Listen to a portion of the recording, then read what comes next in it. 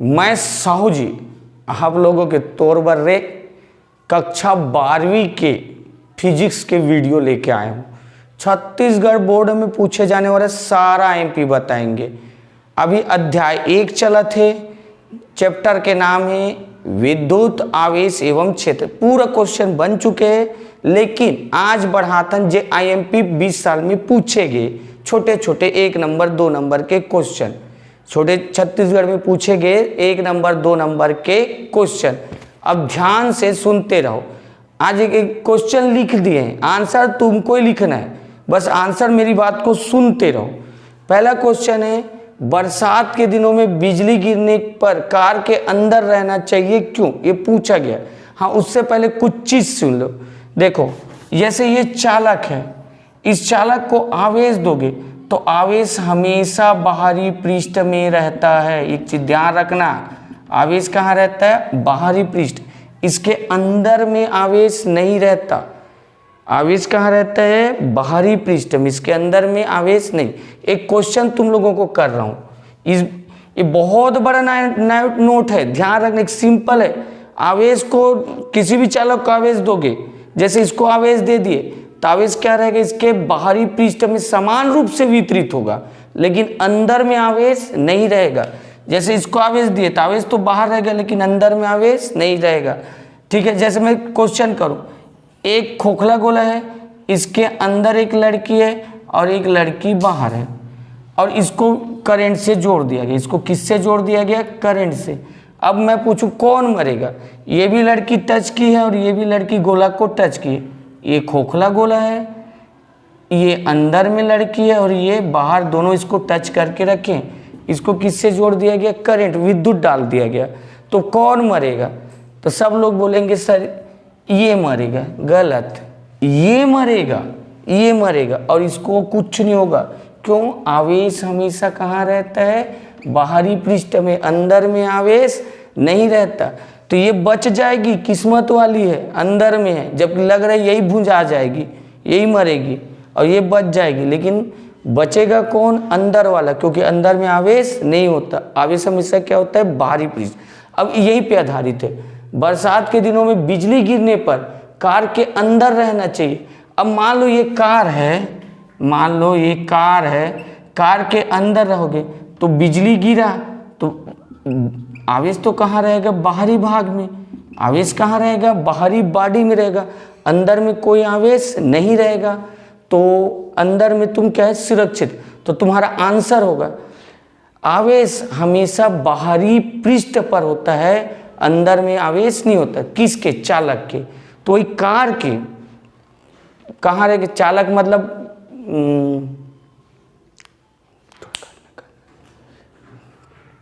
Cut कर लेना, देख लेना। नहीं कुछ किया, मैं स्टार्ट बस किया, शुरू से नहीं। 4 मिनट हो गया। बरसात के दिनों में बिजली गिरने पर कार के अंदर रहना चाहिए। Same answer.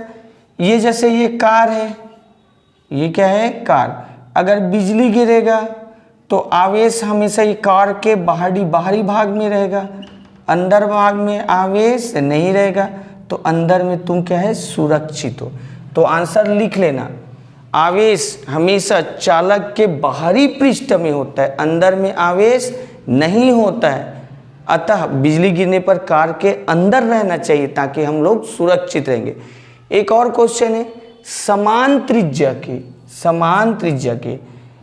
त्रिज्या के ठोस एवं खोखले गोला, एक ठोस गोला है और एक खोखले गोला में किसको अधिक आवेश दे सकते हैं? इधर देखो, इसकी त्रिज्या और इसकी त्रिज्या दोनों बराबर है, लेकिन एक ठोस है, ये क्या है? ठोस, और ये खोखला।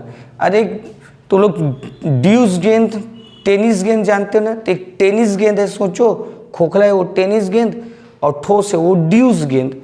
ठीक है, तो किसको अधिक आवेश दिया जा सकता है? सोचो, इसको अधिक आवेश दिया जाएगा या इसको अधिक आवेश? सब बच्चों का आंसर होता है इसको अधिक आवेश दिया जाता है। गलत, दोनों को बराबर आवेश दिया जाएगा, दोनों को बराबर आवेश दिया जाएगा। क्यों? आवेश अंदर में नहीं रहता, आवेश कहाँ रहता है? बाहरी पृष्ठ। अगर इसको भी आवेश दोगे तो आवेश कहाँ रहेगा? बाहरी पृष्ठ में। इसको भी आवेश दोगे तो आवेश कहाँ रहेगा, बाहरी पृष्ठ में। तो इसलिए दोनों को क्या लिखेंगे, समान आवेश दिया जाता। तो तुम्हारा आंसर लिख लेना, दोनों गोलों को समान आवेश दिया जाएगा, क्योंकि आवेश चालक के हमेशा बाहरी पृष्ठ पर होता है। एक और क्वेश्चन लिखें, ज्वलनशील पदार्थ, क्या पदार्थ, ज्वलनशील पदार्थ, जैसे पेट्रोलियम पदार्थ। तो पेट्रोल पदार्थ ले जाने वाले गाड़ियों में देखना एक जंजीर लगे रहते हैं सामने, जैसे ट्रक वो लोग जाते हैं पेट्रोल ले जा रहे हैं तो उस ट्रक के सामने लगेगा जंजीर, उसमें गिलास या कटोरी लगे रहेगा, वो जमीन को छूते रहता है। पेट्रोल ले जाने वाले ट्रक है, उसमें एक जंजीर लगे रहता है सामने में, और वो किससे छूते रहता है, जमीन से। पूछ रहे क्यों, क्योंकि जब ट्रक गति कर रहा है तो वायु के साथ घर्षण कर रहा है, ट्रक गति कर रहे हैं तो वायु के साथ घर्षण कर रहे हैं, और वायु के साथ घर्षण कर रहे हैं तो उसमें आवेश उत्पन्न हो गया। क्या उत्पन्न हो गया, आवेश। और उस आवेश के कारण उस ट्रक में आग लग सकता है, उस ट्रक में आग लग सकता है। तो ये जंजीर लगाया गया, इसी जंजीर के थ्रू वो आवेश पृथ्वी में चला जाता है। और आवेश कहाँ चले जाता है, पृथ्वी में, तो ट्रक में आग लगने से बच जाएगा। तो एक बार और सुनो, ट्रक गति करते समय वायु से घर्षण करेगा तो ट्रक में क्या उत्पन्न होगा, आवेश उत्पन्न होगा, और इस आवेश के कारण पेट्रोल में क्या लग जाएगा, आग लग जाएगा। तो इससे बचना है तो वहाँ ट्रक में एक जंजीर लगा दिया जाता है, और जंजीर किसको छूते रहता है, जमीन को। तो आवेश उस जंजीर के माध्यम से कहाँ चले जाता है, जमीन में, और ट्रक को आग लगने से बच जाता है। एक और क्वेश्चन लिखे, निम्न चित्र में ABC कौन है, निम्न चित्र में ABC में कौन इलेक्ट्रॉन, प्रोटॉन और न्यूट्रॉन है, पहचानिए। ये ABC ये तीन है, और ऐसा लाइन खींचा गया है ना, तीर इधर है, तो ये विद्युत क्षेत्र है। ये क्या बता रहा है, विद्युत क्षेत्र। तो पूछ रहे हैं इनमें कौन इलेक्ट्रॉन है, कौन प्रोटॉन है और कौन न्यूट्रॉन। अब ध्यान से सुनो, विद्युत क्षेत्र है ना, इधर तीर लगा है। तो तुम लोग एक दिन बताए तो विद्युत बल रेखा धन आवेश से निकलकर ऋण आवेश पे समाप्त होती, विद्युत बल रेखा धन आवेश पे निकलकर ऋण आवेश पे समाप्त होती। तो यहाँ से निकले तो इधर धन आवेश होगा, क्योंकि यहीं से निकलेगी, और कहाँ समाप्त होगा, ऋण आवेश। तो इस साइड धन आवेश है और इस साइड ऋण आवेश। तो उस दृष्टि से देखा जाए तो ये इधर जा रहा है, मतलब इसमें धन आवेश होना चाहिए, इसमें क्या होना चाहिए, धन। तभी तो धन और धन के बीच क्या होगा, प्रतिकर्षण। इन दोनों के बीच क्या होगा, प्रतिकर्षण। और ये इधर जा रहे, इन इसकी दृष्टि से देखें, ये धन और होना चाहिए ऋण, तब दोनों के बीच क्या होगा, आकर्षण। तो आकर्षण ये बुलाएगा तब इधर जाएगा, ये भगाएगा इसलिए उधर जाएगा, और ये बुलाएगा इसलिए इधर जाएगा। तो ये धन आवेश होना चाहिए, और धन आवेश होना चाहिए मतलब ये प्रोटॉन है। ये क्या है तुम्हारा, प्रोटॉन, क्योंकि धन आवेश प्रोटॉन में होता है। अच्छा अब इसको देखो C, ये इधर जा रहा है, इधर गति कर रहा है। अब ये देख, इधर कौन सा आवेश है, धन आवेश, तो ये इधर ही जा रहा है, धन आवेश की ओर जा रहा है, मतलब इसमें ऋण आवेश होना चाहिए। तभी तो ये बुला रहा है, ये धन आवेश उसको अपनी ओर बुला रहा है और ये जा रहा है। अब ये ऋण और ऋण के बीच क्या हो रहा है, प्रतिकर्षण। ये भगा रहा है उसको और ये बुला रहे, तो ये ऋण आवेश है। तो ऋण आवेश किस में होता है, इलेक्ट्रॉन। तो ये A जो है प्रोटॉन है, C जो है इलेक्ट्रॉन। अब इधर देखो, इसको न ये इधर जा रहा है, न इधर जा रहा है, न उधर जा रहा है, ये इधर आ रहा है, मतलब इसमें कोई आवेश नहीं है, मतलब ये न्यूट्रॉन है, इसमें कोई आवेश नहीं है, तो ये न्यूट्रॉन। तो ये यही बोला था कि इसमें कौन प्रोटॉन है, कौन न्यूट्रॉन है, पहचानिए। ठीक है, जब पढ़ाने जा रहा हूँ क्वेश्चन क्या हो रहा है, आया हुआ है, 2 बार आया है क्वेश्चन, और ये भी 1 बार आया। तो एक तो समझाऊंगा, एक तुम बना लेना, यहाँ क्वेश्चन लिख दिया हूँ, ठीक है, और देखते रहो क्या है। यहाँ पर क्वेश्चन है +9e और +e, +9e और +v एक दूसरे से 8 मीटर की दूरी पर है। तो यहाँ पर बना देना, ये +9e और ये है +e, एक दूसरे से कितनी दूरी पर है, 8 मीटर। कितनी दूरी पर बोल रहे हैं, 8 मीटर की दूरी पर है। एक बार और सुन, +9e ये हुआ, +e एक दूसरे से 8 मीटर की दूरी पर। अब आगे बोले, एक तीसरे आवेश को एक तीसरे आवेश को दोनों के बीच, इन दोनों के बीच कहां रखे कि वो संतुलन में रहे। एक तीसरे आवेश को इन दोनों के बीच कहां रखे कि वो संतुलन में रहे। एक सिंपल चीज सुनो, यहां रखेंगे तो ये प्लस क्यू आवेश यहां रखे तो ये प्लस और ये प्लस के बीच क्या होगा, प्रतिकर्षण, तो ये उसको इधर भाग, भाग बेटा भाग, ये प्लस आवेश और ये प्लस आवेश इनके बीच क्या होगा, प्रतिकर्षण, तो ये उधर भागा, तू उधर भाग बेटा। लेकिन यहाँ भी देखो ये प्लस है और ये प्लस है, तो ये बोलेगा तू उधर भाग बेटा। भाई इसको दोनों भगा रहे, ये वाला बोलते हैं दोनों बीच प्रतिकर्षण होगा ना, तो ये बोलेगा तू उधर भाग बेटा, उधर तू उधर, ये बोलेगा बेटा प्लस और प्लस दोनों बीच में क्या होगा, प्रतिकर्षण, तो ये इधर भागे। इसका कोई जगह फिक्स नहीं हो रहा है, इसीलिए तो बोला है संतुलन में रह सके, कि कहां पे वो संतुलन में रह सके। ठीक है, तो एक सिंपल ध्यान से सुन लो, एक कहानी बता रहा हूं। होता क्या है, एक कहानी सुनो फिर समझ में आ जाएगा संतुलन में रह सके। वो तुम लोग जानते हो कॉलेज वालेज में चले जाते हैं, भाग जाते हैं लड़की लड़का। अब वो लोग ऐसे जगह रहते हैं कि लड़का के तरफ से भी मार मत पड़े और लड़की तरफ से मार नहीं पड़े, तो मतलब वो संतुलन बीच में, इधर से भी मारना पड़े ना उधर से भी, वैसे इस आवेश का हालत हो गया।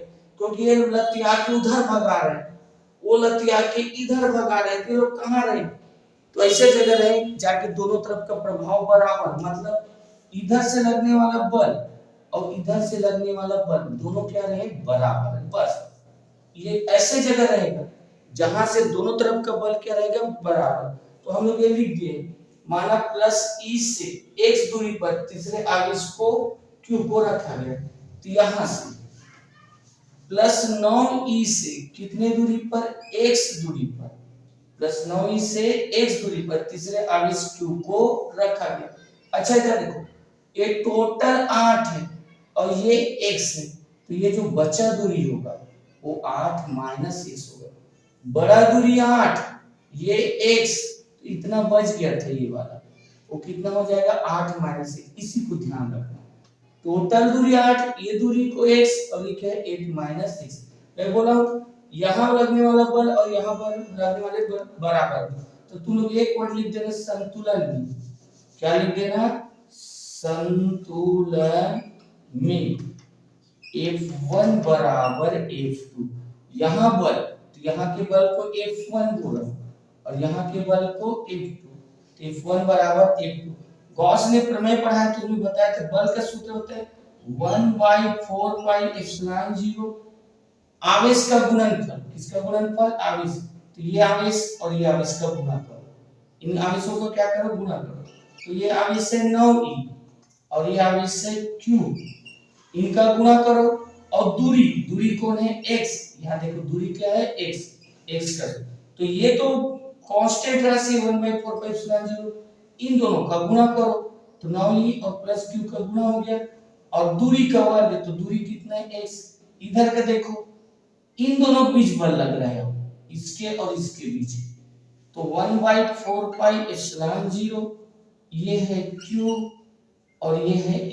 आवेश का गुणा कर, जैसे यहाँ आवेश का गुणा किए थे वैसे यहाँ आवेश का गुणा करो, तो q और e बटे दूरी का वर्ग 8 माइनस x का वर्ग।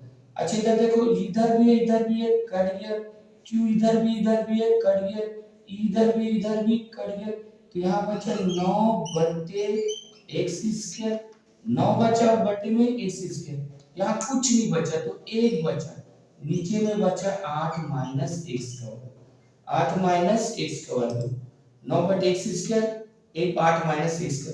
अब वर्गमूल लो, चलो वर्गमूल, तो वर्गमूल लोगे 9 का वर्गमूल लेने पर,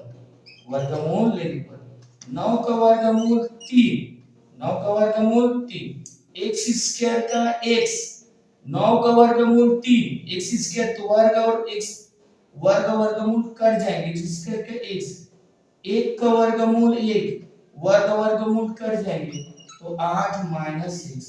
अब इसके बाद त्रियक गुणा करो, इसके बाद त्रियक, इसका गुणा इसके साथ, इसका गुणा इसके साथ गुणा करोगे 3 8 माइनस 6, ये इसका गुणा, फिर कौन सा चिन्ह है, बराबर इसका गुणा, एक्स कोष्टक खोलो 8 तिया 24 3x बराबर x ये 3x उधर जाएगा 24 बराबर 3x धन x माइनस 3x उधर जाएगा धन x 3x और x 4x 24 बराबर 4x ये 4 एकम 4 4 छक्का 24 x बराबर 6 मतलब x बराबर 6 मीटर तो ये 9 ई से कितने दूरी पर रहेगा 6 मीटर पर तो आंसर लिखना आंसर तीसरा आवेश तीसरा आवेश तीसरा आवेश 9 प्लस 9 ई से 6 मीटर दूर है 6 मीटर दूर है ये तुम्हारा आंसर 2 बार पूछा है पुराने सालों देखना आपको 22 साल का एमपी पढ़ा रहा हूँ लेकिन ये मेरे ख्याल से 12-13 में पूछा था एक बार 12-13 में एक बार 14-15 में और ये भी पूछा गया अच्छा एक बार ध्यान से इसको बना ले तो इसको बना लिए ध्यान से देखो 9 और प्लस एक दूसरे से कितने दूरी पर है 8 मीटर 9 और प्लस एक दूसरे से 8 मीटर तीसरा आवेश संतुलन में समझा दिए ये तीसरा आवेश क्यों ले लेते हैं संतुलन क्योंकि प्लस और प्लस प्रतिकर्षण उधर भागाएगा प्लस प्लस प्रतिकर्षण उधर भागाएगा इसकी कोई इज्जत नहीं रह गई इधर भागूं कि उधर भागूं तो ऐसे जगह रहेगा जहां से दोनों का बल बराबर है तो यहाँ लगने वाला बल इन दोनों के बीच लगने वाला बल और इन दोनों के बीच लगने वाला बल क्या है बराबर है अच्छा डायग्राम में मिटा रहा हूं अच्छे से ये बनाना एक गोल जो चिन्ह लगाए उसको मिटा दे रहा हूं तो ये डायग्राम कंप्लीट है ये प्लस क्यू और तो इनके बीच बल और इनके बीच बल क्या होंगे बराबर तो संतुलन में दोनों बल बराबर बल का सूत्र 1/4π0 इन दोनों का गुणा और दूरी का वर्ग फिर इन दोनों के बीच लगा इन दोनों का गुणा और दूरी का वर्ग जो कटना था कट गया तुरंत वर्गमूल ले ले तो 9 का 3 ये वर्गमूल तुम लोग के लिए नॉर्मल गणित है x का मान आया 6 अच्छा सेम इसको बना दो अच्छा एक चीज सुन लो इसका शॉर्टकट बता रहा हूं शॉर्टकट अच्छा इसमें ध्यान से सुनना इसका आंसर d/3 आएगा ना x बराबर क्या आएगा d/3 लिख दिया आंसर बना लेना सीट शॉर्टकट सुन लो कभी तुम लोगों को बड़े एग्जामों में पूछा जाए बड़े एग्जामों में पूछा जाए 9 ही संख्या लो 9 और यहाँ कुछ नहीं संख्या तो 1 यहाँ संख्या 9 है यहाँ 1 इसका वर्गमूल लो इसका वर्गमूल 9 का वर्गमूल 3 1 का वर्गमूल 1 3 और 1 क्या हुआ 4 3 और 1 क्या हुआ 4 देख 3 अब यहाँ 1 3 और 1 4 अब यहाँ से देखो टोटल दूरी कितना है 8 तो ये जो 4 आया उसको दूरी से भाग देना 3 और 1 4 दूरी कितना है 8 ये कितना है 2 2 से यहाँ गुणा कर 2 3 6 तो आंसर आया है 6 एकदम सिंपल है जानते हो बड़े एग्जाम में क्या कर रहे हो ध्यान से सुनो प्लस 9 ये प्लस ये इसके संख्या कौन है 9 इसका संख्या क्या है 1 9 का वर्गमूल 3 1 का वर्गमूल 1 3 और 1 4 किससे भाग दो 8 दूरी दिया रहता 8/4 2 अब ये 2 का यहाँ गुना कर लो 2 3 6 इतना बड़ा जो बनाया वो बनाने की जरूरत नहीं बड़े जैसे इस सवाल में शॉर्टकट में बता रहा हूँ ये शॉर्टकट बोलते हैं +4q है और +q है और दूरी यहाँ d बोले दूरी क्या बोल रहे हैं d ध्यान से देखते रहो इसकी संख्या 4 इसकी संख्या 1 इसकी संख्या 4 इसकी संख्या 1 वर्गमूल 4 का वर्गमूल 2 और 1 का वर्गमूल 1 2 और 1 3 किससे भाग दिए d से अच्छा इसका 2d/3 आएगा अब यहाँ से यहाँ गुना कर d/3 का इससे गुना करोगे तो 2d/3 आएगा तो तुम लोग जाके बना के देख लेना ये इसका आंसर क्या आ जाएगा 2d/3